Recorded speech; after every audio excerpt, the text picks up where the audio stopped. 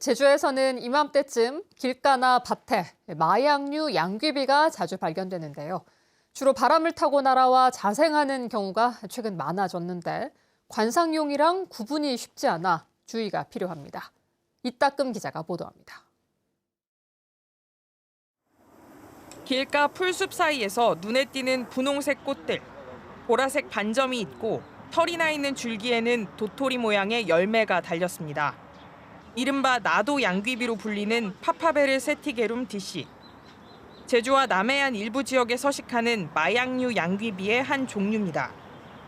이곳은 동네 주민들이 산책로로도 이용하고 있어 누구든 쉽게 양귀비에 접근이 가능합니다. 마약류 양귀비를 신고한 사람도 평소 이곳을 다니던 마을 주민이었습니다.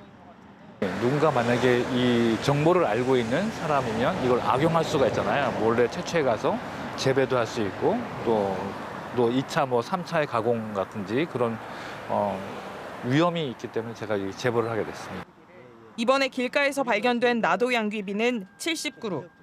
분홍색인 나도 양귀비는 진한 주황색인 개양귀비와 꽃 색깔이 다르지만 줄기에 털이 있고 열매 크기도 비슷해 꽃이 피기 전까지는 알아보기 어렵습니다. 양귀비 열매에서 나온 즙은 아편이나 헤로인의 재료가 되는데 허가 없이 재배하거나 매매하다 적발되면 마약류 관리법에 따라 5년 이하의 징역이나 5천만 원 이하의 벌금에 처해질 수 있습니다. 해경은 발견된 양귀비를 모두 압수해 국과수에 마약 감정을 의뢰할 계획입니다. 이게 바람에 날려 자생한 것으로 보입니다.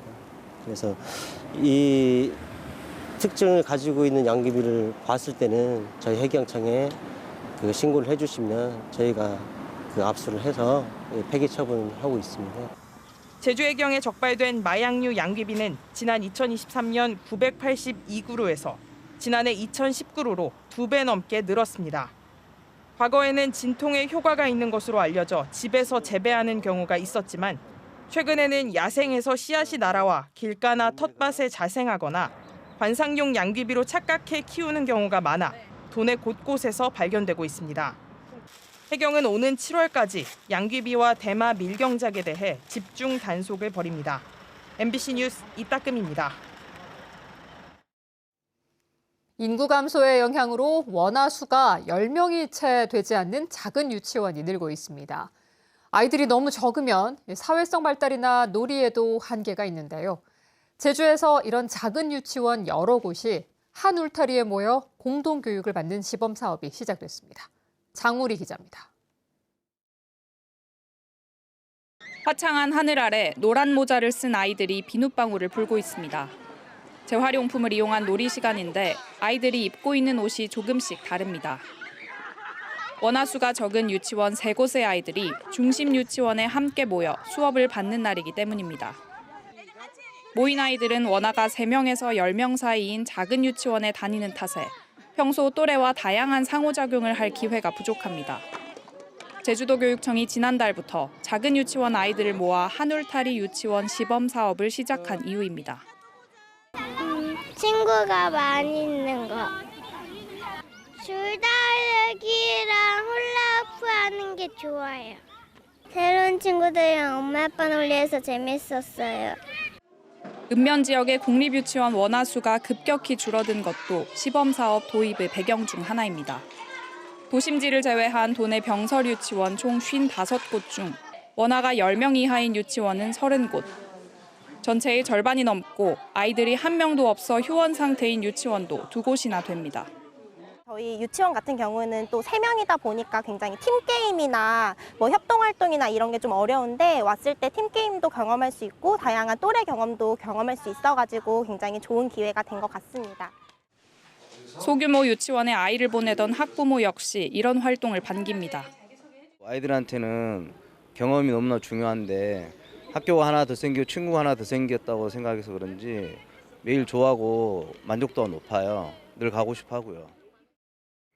제주교육청은 소규모 공립유치원 아이들의 학습권을 위해 앞으로도 다양한 형태의 한 울타리 유치원을 조성해 나갈 계획입니다. MBC 뉴스 장우리입니다.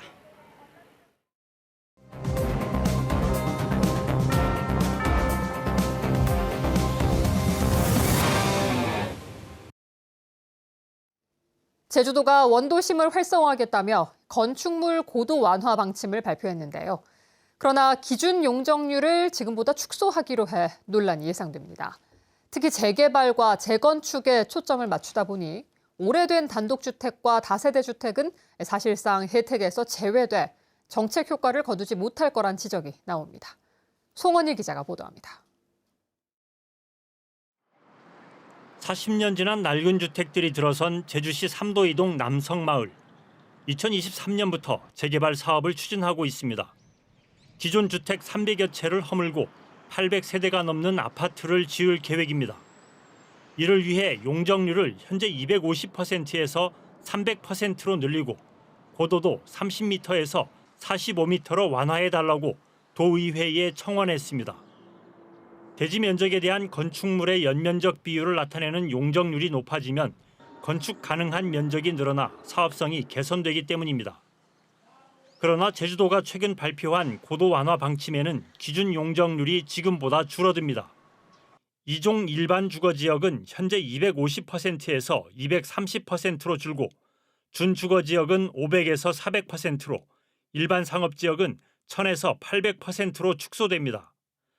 대신에 인센티브를 받으면 허용 용적률을 지금과 같게 해주고 추가로 공공시설을 기부 체납하면 상한 용적률까지 늘려줄 방침입니다. 용적률 인센티브를 받으려면 임대주택을 늘리거나 녹색 건축 인증 등 제주도가 추진하는 정책에 부합하는 조건을 충족해야 합니다. 기반 시설을 확보한다 때 몇 프로 정도 더 주고 그다음에 뭐 공개 공지나 쌈지공원이나 이런 것 이제 일반에게 오픈되는 오픈 스페이스를 만들었을 때 또 얼마 정도 완화해주고 해서. 그러나 기준 용적률이 줄어드는 데 대해 주민 반발이 예상됩니다. 주민이 가만히 있겠습니까? 난리가 나죠. 예전만도 뭐 안 해준다는 것은 말도 안 되고 좀 늘려야 한다는 거죠, 당연히. 또 다른 문제는 재개발을 추진하지 않는 원도심의 단독주택과 소규모 다세대 주택은 사실상 고도 완화의 혜택이 없을 것이란 점입니다. 개별 필지의 면적이 작다 보니 고층 건물을 짓기가 어렵기 때문입니다. 과소 필지에다가 저층주택 지역이거든요. 고도를 안 한다고 해서 과연 정책적 효과가 어떻게 나타날 수 있다라고 보기는 상당히 어렵지 않은가. 원도심이 쇠퇴하는 근본적인 이유를 분석하고 다각적인 활성화 대책을 마련하는 것이 필요하다는 지적이 나오는 이유입니다. 건축물 고도 제한 때문에 원도심이 쇠퇴하고 있다는 것이 제주도의 판단인데요. 원도심 활성화를 위한 새로운 대책은 없이 고도 완화로 문제를 풀겠다는 제주도의 접근 방식을 두고 논란이 예상됩니다. MBC 뉴스 송원일입니다. 제21대 대통령 선거가 27일 앞으로 다가온 가운데 지역 정가 움직임도 빨라지고 있습니다. 더불어민주당 제주도당은 대법원의 이재명 후보에 대한 파기환송 이후 입당 신청이 급증하고 있다며 이재명 제주선대위가 10대부터 30대까지 청년선대위 구성에 들어가는 등 조직 확대에 착수했다고 밝혔습니다. 아직 지역선대위를 출범하지 않은 국민의힘 제주도당은 조직과 인선은 마무리됐지만 한덕수 후보와의 단일화 논의 등을 지켜보고 있는 것으로 전해졌습니다. 한편 정의당은 대선을 앞두고 당명을 민주노동당으로 바꾸고 대선 후보로 권영국 당대표를 확정했습니다. 제주에서 불법 스포츠 역배팅 게임을 홍보하고 교육했던 제주센터장 2명이 사기 등의 혐의로 구속돼 검찰에 넘겨졌습니다. 제주경찰청은 제주에서 오프라인 센터를 운영하며 게임에 참여할 회원을 모집하고 다단계 사기 행각을 벌인 60대와 30대 여성 2명을 사기와 유사 수신 행위 혐의로 구속해 검찰에 넘겼습니다. 피해 신고도 계속해서 늘고 있는데 현재까지 제주경찰청에 접수된 고소장과 진정서는 300여 건으로 피해액은 100억 원에 이를 것으로 추정됩니다. 제주공항의 바이오 신분 확인 게이트 시설이 부족하다는 제주 MBC 보도와 관련해 한국공항공사가 향후 여객 증가 추이를 지속적으로 모니터링해 필요시 추가 운영도 검토하겠다고 밝혔습니다. 공항공사는 미성년자 생체정보 등록대 운영 시간이 하루에 1시간 미만이어서 불편하다는 지적에 대해서는 5월 가정의 달을 맞아 보안 요원을 여객 집중 시간대에 상주시키고 8월부터는 오후 시간대에 상주시켜 불편을 최소화하겠다고 밝혔습니다. 제주 여성들이 해녀 물질에 적합한 유전자 변이를 갖고 있다는 연구 결과가 나왔습니다. 미국 유타대 멀리사 일라르도 교수팀은 제주 여성들의 유전자에서 저체온증에 견디고 혈압을 낮춰 잠수에 도움이 되는 변이가 한반도 여성보다 많이 나타났다고 밝혔습니다. 연구팀은 제주 해녀들은 잠수할 때 심박수가 더 많이 떨어졌다며 연구 결과가 임신성 고혈압과 뇌졸중 치료제 개발에 영감을 줄 수 있을 것이라고 밝혔습니다. 폐 어구에 걸려 죽은 채 발견되는 바다거북이 잇따르는 가운데 정책 과제가 필요하다는 의견이 제시됐습니다. 제주도의회에서 열린 전문가 워크숍에서 참석자들은 제주 부근 바다에서 서식하는 바다거북의 실태를 정확히 조사하고 그물에 초록색 LED 조명을 달아 혼획을 막는 미국의 사례 등을 참고할 필요가 있다고 제안했습니다. 또 제주도가 해양 쓰레기를 재활용하기 위한 체계를 강화하고 관련 조례 개정을 추진하는 등 정책 보완이 필요하다는 의견도 나왔습니다. 어린이날 황금 연휴에 26만 명이 제주를 찾은 것으로 집계됐습니다. 제주도 관광협회에 따르면 지난 1일부터 6일까지 엿새 동안 제주를 찾은 관광객은 26만 명으로 지난해 같은 기간보다 2.2% 늘었습니다. 날짜별로는 5월 4일이 4만 9,151명으로 가장 많았고 하루 평균 방문객은 4만 3,344명꼴이었습니다. 제주를 찾은 관광객들로 연휴 기간 국내선 항공권 탑승률은 당초 예상보다 4%포인트 높은 92%까지 올랐고 5성급 호텔 객실 가동률은 95%를 기록했습니다.